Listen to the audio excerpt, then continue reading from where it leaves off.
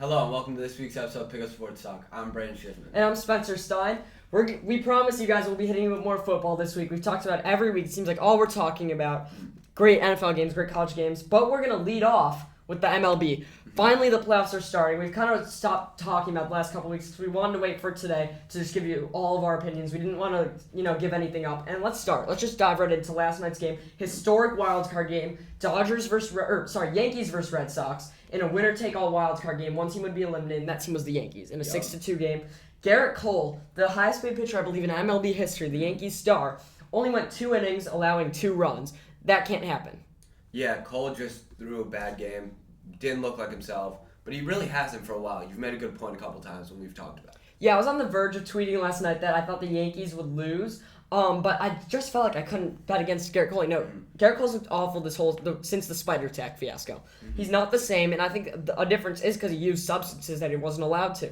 And I still felt like I couldn't bet against him in the playoffs, so I really wasn't sure who was going to win, but it was a good game. And you know what? The Red Sox came out on top because they're the better team. They're the better managed team. Yeah, absolutely. I think that the Red Sox just outplayed the Yankees. Yeah, fully. Xander Bogaerts, nice to see him snap his streak. Schwarber hit a home run. So did Rizzo, both former Cubs.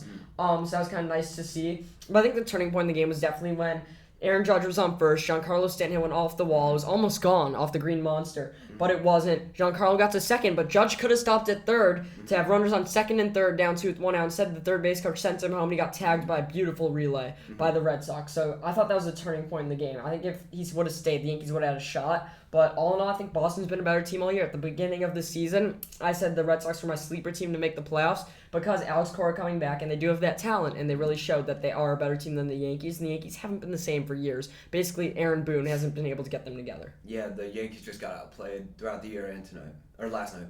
Yeah, so let's move on to other baseball. The winner of that series is going to be playing the Rays. That's the Red Sox. Do you think the Red Sox have a shot? I really don't. I think the Rays are a significantly more talented, better team. No.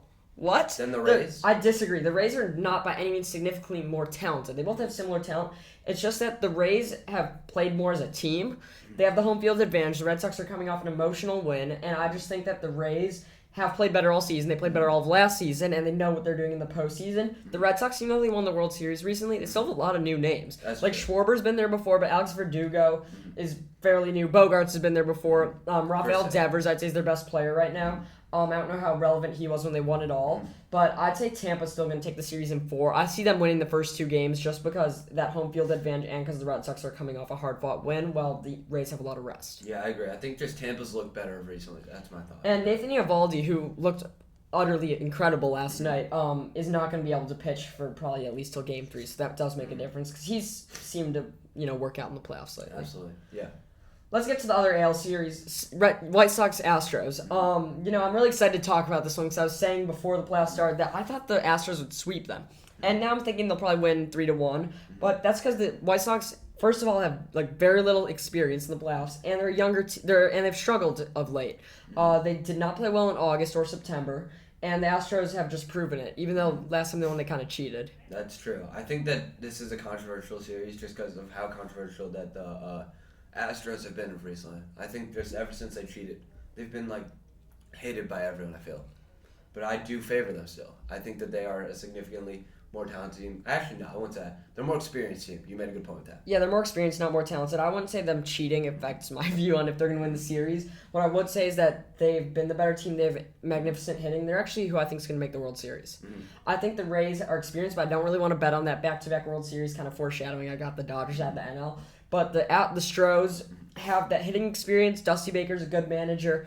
And I just think they've had overall a good season. It's kind of been undershadowed. They've had the best offense in baseball in all reality. Yeah, they've been great all year. I think that Correa and Altuve have been great all year. And there's some other names people don't really pay enough attention to. And I would be worried about their pitching a little. But I still think Lance McCullers a good shutdown guy. They could pitch in a game 7, just go a few innings, get to the bullpen. Mm-hmm. So that's the AL. Who do you have out of the AL, did you say? The AL, I think I got to go with Houston as well, but I think that Tampa even could make a great series. I think. You think Houston's gonna beat the White Sox? I think potentially. I think they have the more experience. That's good fair, but I think this White Sox team is gonna be fun for a lot of years to come. Agreed. So let's move on to the NL wildcard, which is tonight. We got Dodgers versus Cardinals. So, personally, the Dodgers are my favorite to win the World Series. I think they're going to, just because they have the best lineup on paper. But if they're going to lose any series, I think it's going to be this one just because it's a one-game showdown. Mm-hmm. Yeah, I think that their margin for error is so slim that this could be the scariest game for them. Look at the Dodgers lineup. Mookie Betts, MVP winner. Corey Seager might be their best hitter, and Trey Turner's looked the best all season. They also have Justin Turner, Will Smith, A.J. Pollock, Matt Beaty, and Cody Bellinger's hitting 8. On the mound, they have Scherzer. Scherzer's won signing multiple times. He might actually be the favorite this year. I like him a lot. Cardinals are great. They've been on fire. That's why I think they have a shot. I'd actually say right now they might be the second best team in the NL, even though I'd still take the Brewers over them. But I simply still don't. I think Wainwright's good. He's Mr. Reliable, but I don't put him on Scherzer's level whatsoever. I think Scherzer's had a great year, almost a career year, I'd say. So I can't have the Cardinals winning this game. What do you think about Giants-Dodgers? Because I personally think that the Giants' pitching is good. I love what Webb's done this year, and their hitting's been good, and they've been slept on all year, even to this day, but I still think the Dodgers beat them 3 out of 5. Yeah, I agree. I think that the Dodgers just have such a deep pitching core that it's going to be impossible for the Giants to steal a game or two there. I'd say that one's going to go 5 games, though. Let's stop talking about the Dodgers, because we both agree they're going to win it all. How about Braves-Brewers? Who you got? I think I got to go with the Brewers. I think that the Braves have just been injury-prone. You've made a good point about Acuna in the past. I think that also the Brewers have just been a lot better recently. The Brewers have the best pitching in baseball. I think they're the second best team in baseball. You think they have the better pitching than the Dodgers? This season, they've had better pitching than the Dodgers by a good amount. Although the Dodgers have bigger name starters, they do have Kershaw's going to be out, even though he hasn't looked great. And the Brewers have just been shut down this season between Corbin Burns and Brandon Woodruff. It's shut down. Plus, they have Josh Hader at the back of their bullpen. It's such a loss that Devin Williams is out for punching the wall. That was so stupid. I think he should be condemned by the team heavily. But in baseball, you can't just get rid of a guy because he does something bad, because relief pitching is so valuable and hard to get.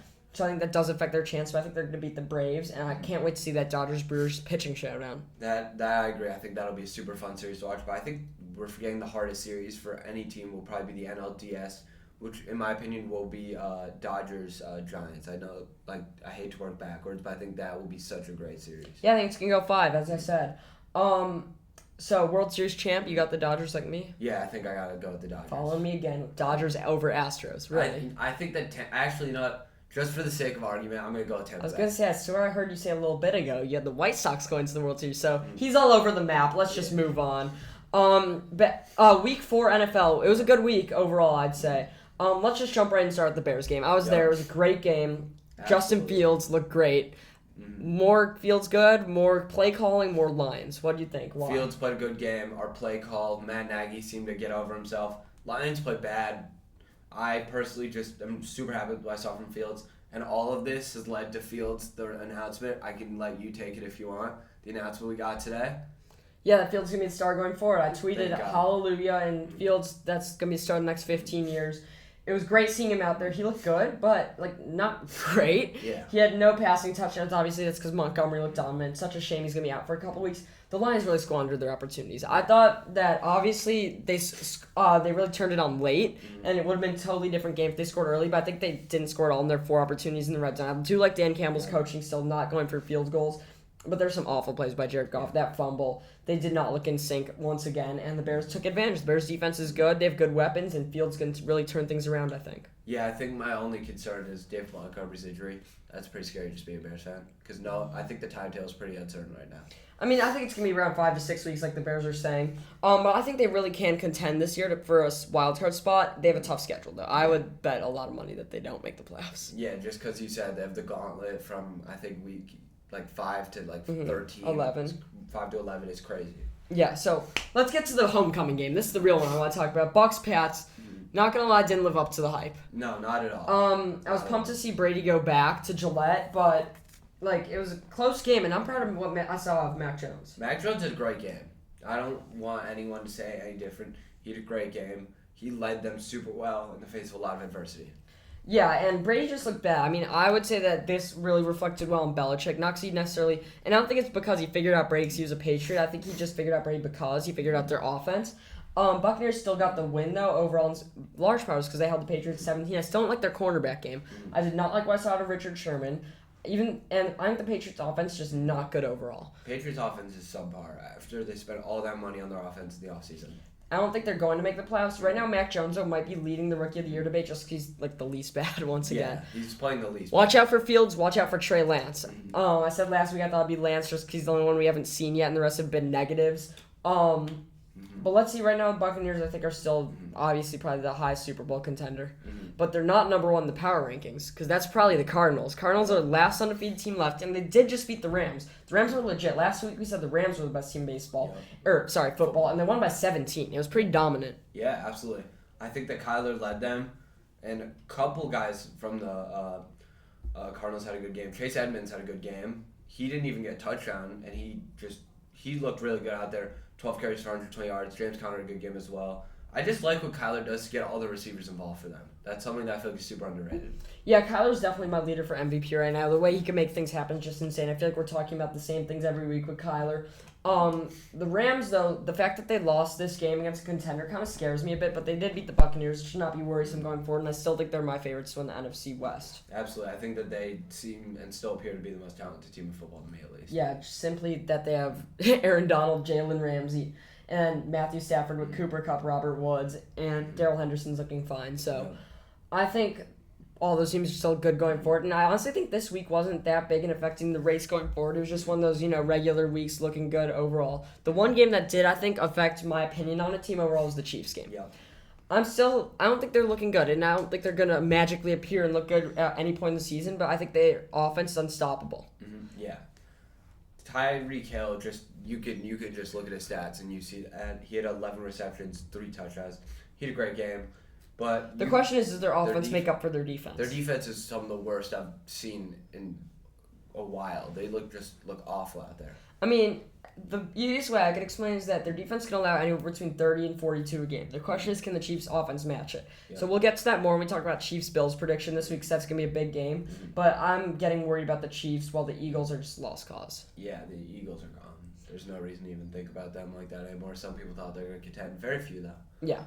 The team that's going to win that division is the Cowboys. Yep. The football team's disappointing. So let's talk about the Cowboys. They ended the Panthers' undefeated hopes. Obviously, a lot of that had to do with McCaffrey. It was a close game up until late, but the Cowboys right now are looking like they're legitimate Super Bowl contenders. Cowboys look great. I don't think there's much more to say. Dak's leading them well. Ezekiel Elliott's been playing amazing of recently. All their wide receiving weapons are doing well. And one thing I haven't noted until recently, how involved Dak gets his tight ends. I didn't even think about that. I think it's Blake Jarwin and Dalton Schultz. Both of them get multiple receptions a game. Dak does a great job running that offense. And don't even start me with Zeke. Zeke is insane. He's right now the best running back in football because McCaffrey's out. Oh, I don't know. Who is? I really like Austin Eckler. That's just me. I think he's such a weapon. Whatever. We can get to that in the fantasy episode. Yeah, especially in fantasy right now. Number one running back Zeke. Steelers Packers. I love talking about the Steelers are done. They're horrible. They're genuinely atrocious. Who should start for the Steelers next week? My honest take, we've gone over this. I don't think it matters that much. They're still Who should start for the Steelers? Me and Brandon had a large argument because I said it should be Haskins, and it's not even close. Because Haskins provides a better opportunity to win now than Roethlisberger, and even though he's not going to be their franchise quarterback going forward because he's not good enough, there is a slight chance he can be. Roethlisberger, we know, is done after this year. Correct. There's no way he could come back. Haskins, maybe there's a 5% chance he could become their franchise quarterback, and if he does, that saves him a draft pick and a lot of money in free agency. I'm not saying he will. I don't think he will. I don't think there's a shot he will. He looked great in college, but is not good in the NFL. The off-the-field issues are always a red flag for players. Yeah. But yet, I think there's no risk in giving him the chance. I get what you're saying, but my honest take on this is that his odds of success are so low, and they're such a bad team, it doesn't make a difference. You're wrong. In the NFL, any little advantage helps anyone. In the NFL is little advantages. That's how you win games, it's getting those little advantages, and putting in Haskins is one. And if you think it's only a little advantage, it's not going to make a difference. Because I do recall you saying to me, it's about a tiny difference, maybe 3 points a game, so it won't matter. If that. It's one possession. That matters in football. That's what you don't understand. That matters a ton in football. And if you can't acknowledge that, I don't think you know football. Fair. That's fair. I think we can agree to disagree on how much the importance is of this argument. Any little argument, any little advantage you get in football, you take all day, every day. Let's move on. Jets picked up a win. How about that? Out of nowhere, may I say. The Titans looked utterly horrendous. That right now is the worst division in football, and they're the laughing stock of football, right? I mean, they did have Julio Jones and A.J. Brown out, but the big thing is their offense was supposed to be like top 5, and Derrick Henry still put up 157 yards and a touchdown. And they Tannehill lost still to put the up 300. Jets. They have the worst defense in the league except for maybe the Chiefs, and that's kind of funny that maybe the two best offenses, have two worst defenses. That's going to hold them back. They're not going to win a playoff game this year. Yeah. Derrick Henry got 33 carries. I'm worried about their passing game. Their passing game is non-existent without their 2 stars, but we kind of knew And that. I don't love A.J. Brown. I really don't. I think he's injury prone. So is Julio. I think they can overcome it. I still think they're going to win the division. I'm still standing by taking him over the Colts on week 1. But I don't know. I think it's really risky picking them going forward on a game-to-game basis. They're super problematic. There isn't that much more to say there. If Derrick Henry's off their game and their receivers aren't fully healthy, you're seeing a skeleton of a team. Are Jets going to win another game this year? I'd have to look at their schedule. I don't know. I think they got pretty lucky with this one just because they happened to play the most injured team I've seen in a very long time. I'll tell you this. Zach Wilson will start every game for them next season. Yeah. Unless he's injured. He's bringing them hope. He's all right. More so than some quarterbacks could. He's all right. Let's run the hurry up. You could start. Starting with Seahawks and Niners. This was a big NFC West game, which the Niners lost. I have been saying they're overrated. I predict the Seahawks to win. That's what happened. Garoppolo did go down with injury. Lance is going to begin to start next week, I believe. That's huge. Deebo Samuel did have a huge week, though. I do want to say that. Did he? He had 2 touchdowns. Do you remember one of them? That was that garbage time touchdown. He had no. He had 1 garbage time touchdown. No. Deebo Samuel was the most open a player's been in 20 years. They did the math on that. I think he had 17 yards between the closest defender, and it's not even because it was a good route. The defenders on Seattle were just confused. Jamal Adams. That was when they glitched, right? And Jamal Adams and the other guy. Not sure if it was Jamal Adams, but let's move on. Ravens Broncos. I don't necessarily want to talk about this game much. I think the Broncos are a little overrated. The Ravens are a good team, but what I do want to talk about is the very last play of the game, where the Ravens had 97 yards. They were poised to kneel, and yet Lamar Jackson, John Harbaugh called a run play for Lamar to get 5 yards, to get over 100 yards. And some NFL Puritans are saying that's garbage, that in that game you would risk injury and all this to get the 100 yards just to set a milestone. But you know what? I think it's good. I think it motivates the players. He says in their locker room, the coaches always motivate their players by that. You know what? I'm all for it in any sport. I think that it just increasing competitiveness in the league, so I like that. Yeah. That's my take. Next game we're going to get to Giants-Saints. The Giants shocked the Saints and won. And you know who had a great game? Saquon Barkley. I think that the Giants' offense with a healthy Saquon could do a little bit of damage. We're not saying a lot, but they could do a little. Daniel Jones has looked good recently. Not much more to say there. Yeah. Cleveland and the Vikings, Browns at Vikings, was probably the least entertaining game, or the most underwhelming game, because I was expecting a good one. There's some good offense, but that's just not what happened. The Vikings' defense surprised me. They look good after a bunch of weeks of looking bad, but I think a big part of that is because Cleveland's passing game's non-existent. Odell's really not all that, and I do think that Jarvis Landry being out's a huge difference. I do like their running game. I do like their offense overall. They did come out on top, and their defense looks amazing. So yeah, I'll take you guys back to Thursday night here, where the Jaguars lost in the last second to the Bengals. Joe Burrow led them well. Tyler Boyd had a big game. Jamar Chase had a decent game. I think it's starting to look unfortunate for the Jaguars and the Urban Meyer controversy on top of all that. I'm going to say it here right now. Agree if you want. He should not be an NFL coach. I don't think he's benefiting them in any way. I think he's becoming a distraction. Agreed. He's shown over and over. Controversy follows him wherever he goes. I think that was not a great hire. Bills, Texans. The Bills smoked them 40-0. I thought this would be closer because the Texans haven't looked bad lately. I'm not going to shy away from my prediction of the Bills getting 12 wins. I'm getting a little worried about it because right now they look like the best team in the AFC, but it's really not much more difficult than that. They've had easy matchups. This week against the Chiefs will be a challenge. I think they're going to win because the Chiefs are another non-existent defense. But they look great overall. I don't really have much to say about the Texans except for they are who we thought they were. Yeah, just Davis Mills looked not great in the rainy Buffalo weather. 87 yards, 4 interceptions. Next game I'll take you guys to, Washington football team versus the Falcons. Washington barely won against the Falcons. I think that speaks volumes about that NFC East division. Not much more to say there. Terrible quarterback, great game. Yeah.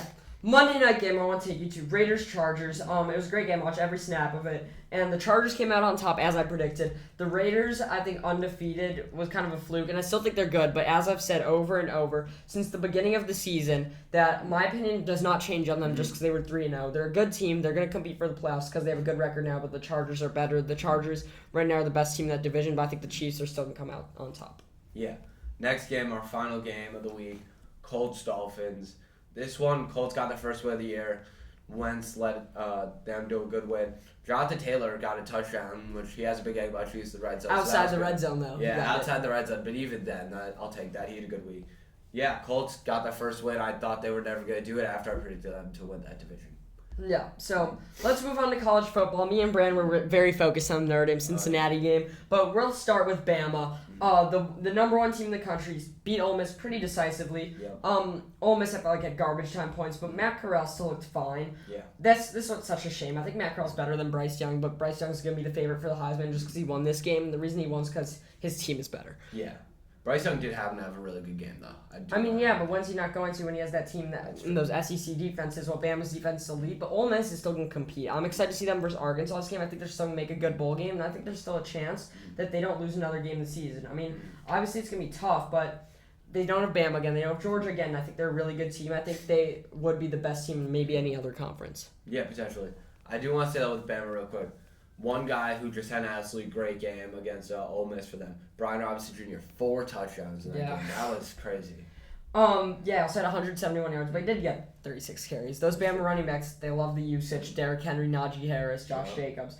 Number 2 team in the country, Georgia, really shocked me. Yep. Arkansas looked utterly horrendous. They have injuries. KJ Jefferson was playing hurt. They had to take him out. And I am a big Stetson Bennett fan. Last year, the mailman, they obviously like JT Barrett better, JT Daniels.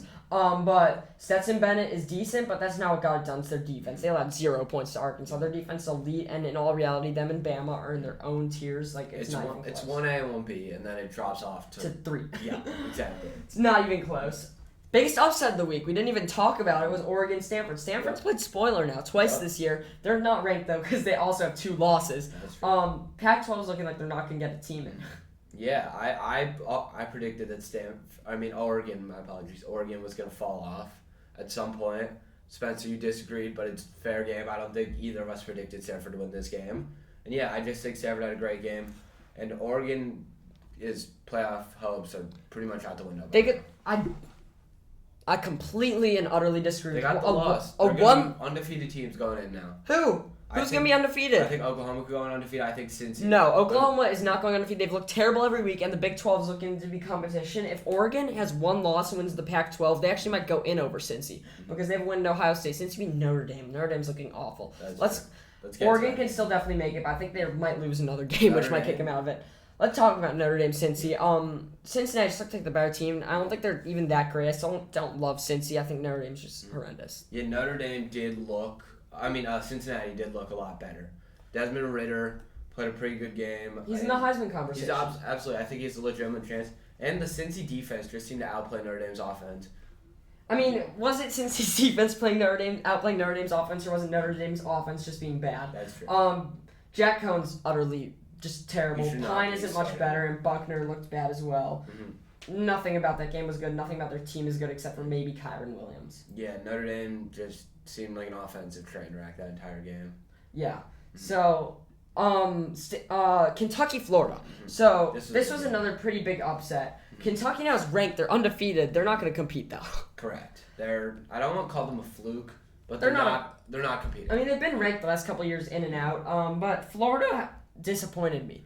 Florida's a really good team, and I thought Florida was honestly maybe the 3rd best team in the SEC. Yeah. So that disappointed me overall. But the SEC right now is just looking stacked overall, even though I don't trust Kentucky.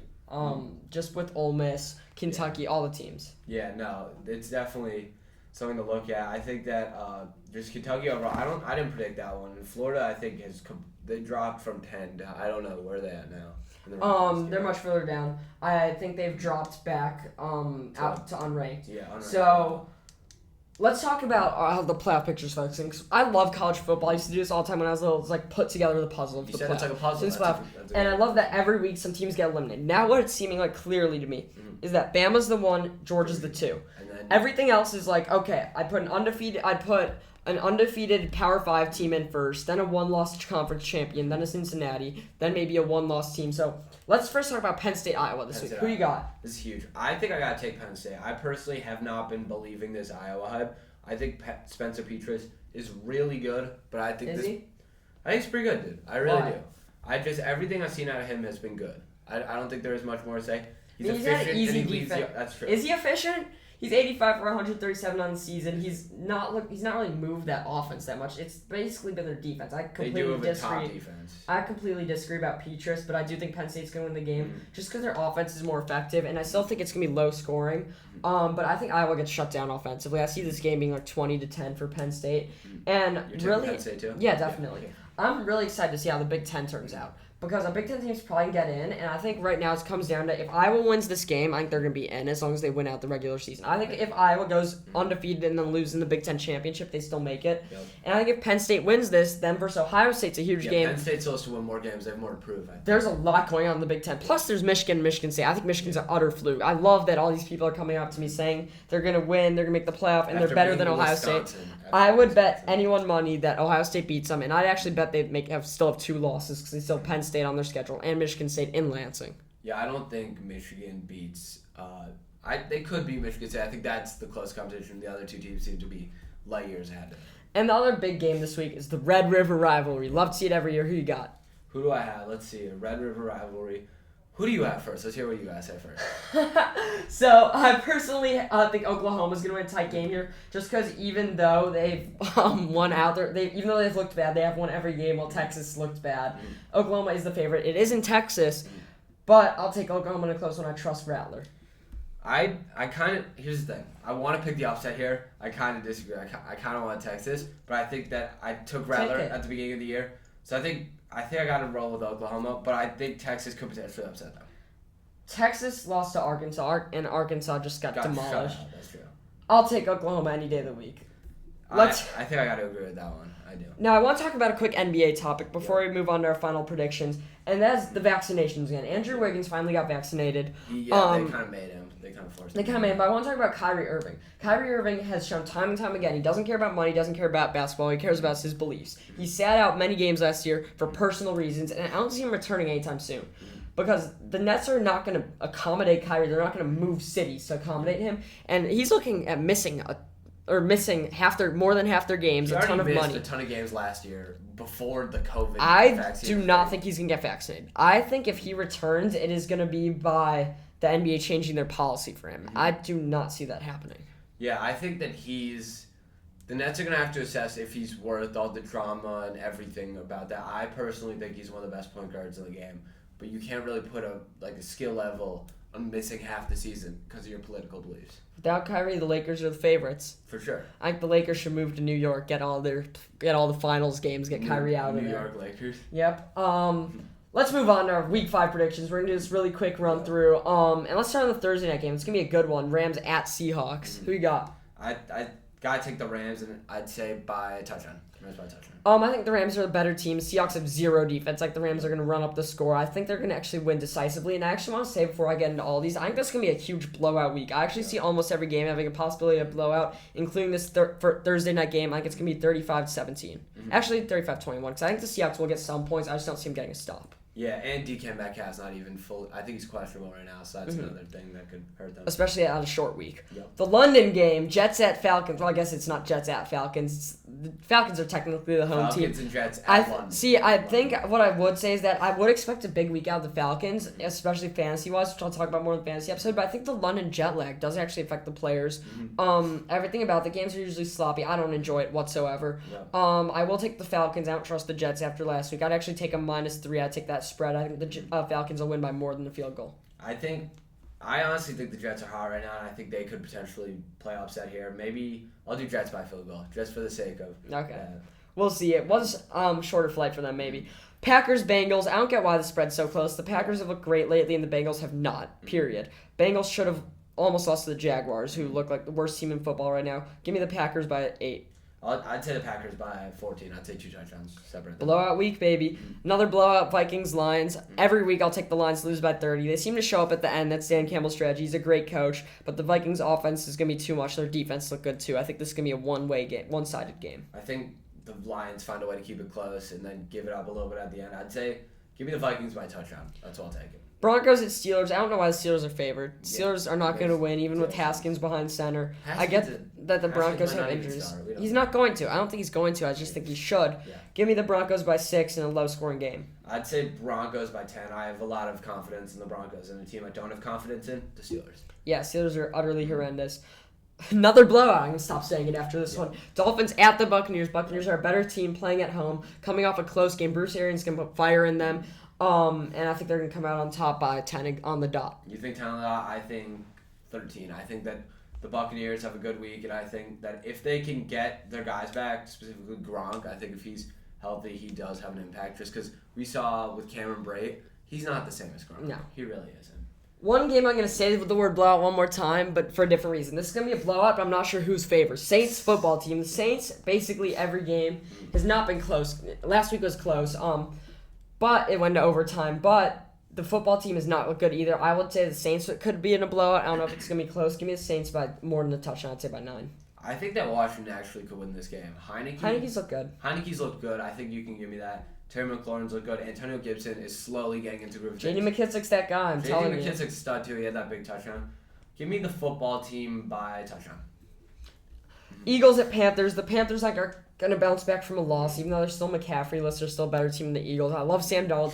5 rushing touchdowns in 4 games. He's leading the league in rushing touchdowns. He's great. It's kind of crazy, so I'll take the Panthers.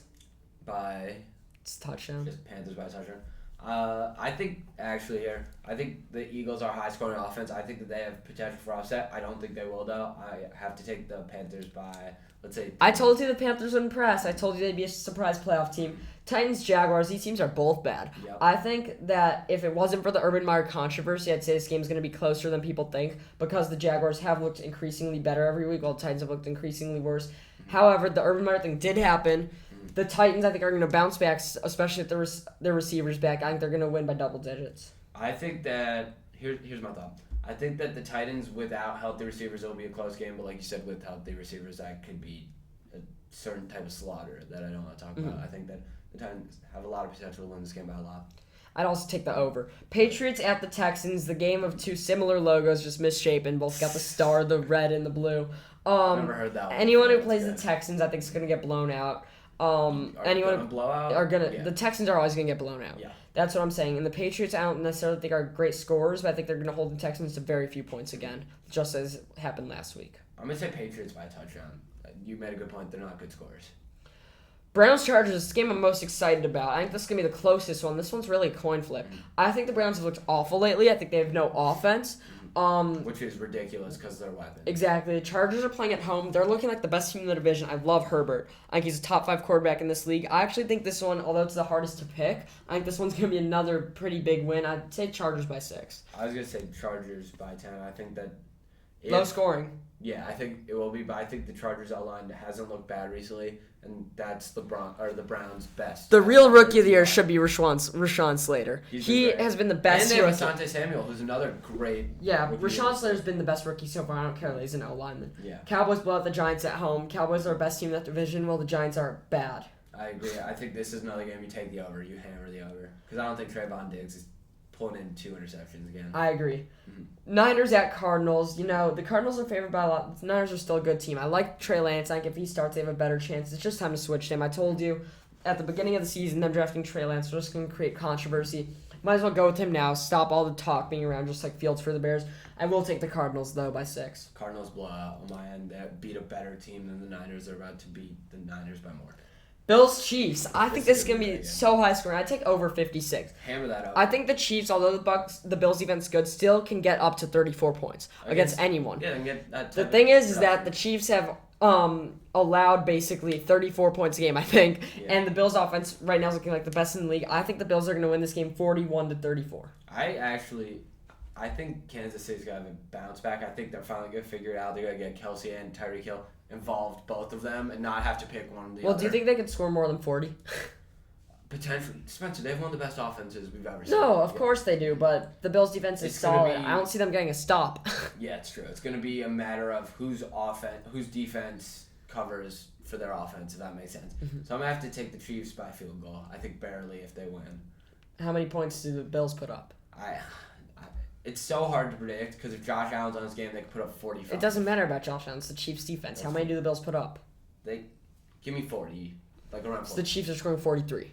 Okay. We've seen them do things like that. Not against the Bills. That's true. Colts at the Ravens. The Colts have looked very underwhelming, while the Ravens have looked good. I think they carry that momentum from last week's game against Denver and win this one decisive fashion by 10. Yeah, I'm going to say Ravens by 3. Lastly, let's get to our Bears game. Give me your prediction. Bears at Vegas. I really don't want to predict this game because I think Vegas is overrated. But I think the Bears defense is not going to show up. I think if the Bears defense would show up, they could hold the Raiders to like 17, like the Chargers did. They held them to 14 this week. And Justin Fields is solid, and I don't love that Raiders defense. I think it's going to be closer than people think. You know what? Screw it. Bears by field goal. Last second. Cairo Santos. Just for the sake of it, because you're picking the Bears, I'll pick the Bears. I have that immunity there if the Bears get blown out. Give me the Bears as well. I'll say by a touchdown. Why not? Justin Fields will get a nice little passing touchdown. Following me again. We'll get a every passing single touchdown. pick. Every pick today. Anyway, thank you guys for checking us out. Please check out the fantasy episode. And if you're not watching on our YouTube feed, please check it out and like and subscribe. Yeah, that's probably our most authentic means of watching us, and we really enjoy posting these YouTube videos. So yeah, like and subscribe. Check out all of our social medias. They're linked. Yeah, we have a lot of interesting Twitter debates, and we're going to be talking about every MLB playoff game as it happens, especially tonight, Dodgers-Cardinals. Check it out. Yep. Big game. Thanks.